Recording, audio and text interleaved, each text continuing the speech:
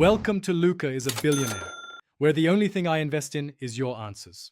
In this video, I will show how to adjust headlights on Nissan Armada. Start by gathering a Phillips screwdriver, 10 mm socket, tape, and a helper. Park on level ground facing a flat wall about 25 ft away and mark center lines. Measure headlight height to the ground and transfer marks to the wall. Loosen adjustment screws just enough to move the housing, then make small clockwise or counterclockwise turns until beams align with marks. Begin preparation by cleaning lenses and confirming both low beam bulbs light. Inflate tires to recommended pressure and set vehicle to normal weight with typical cargo and one adult inside. Position the Armada 25 ft from a flat wall and measure the center of each headlight to the ground.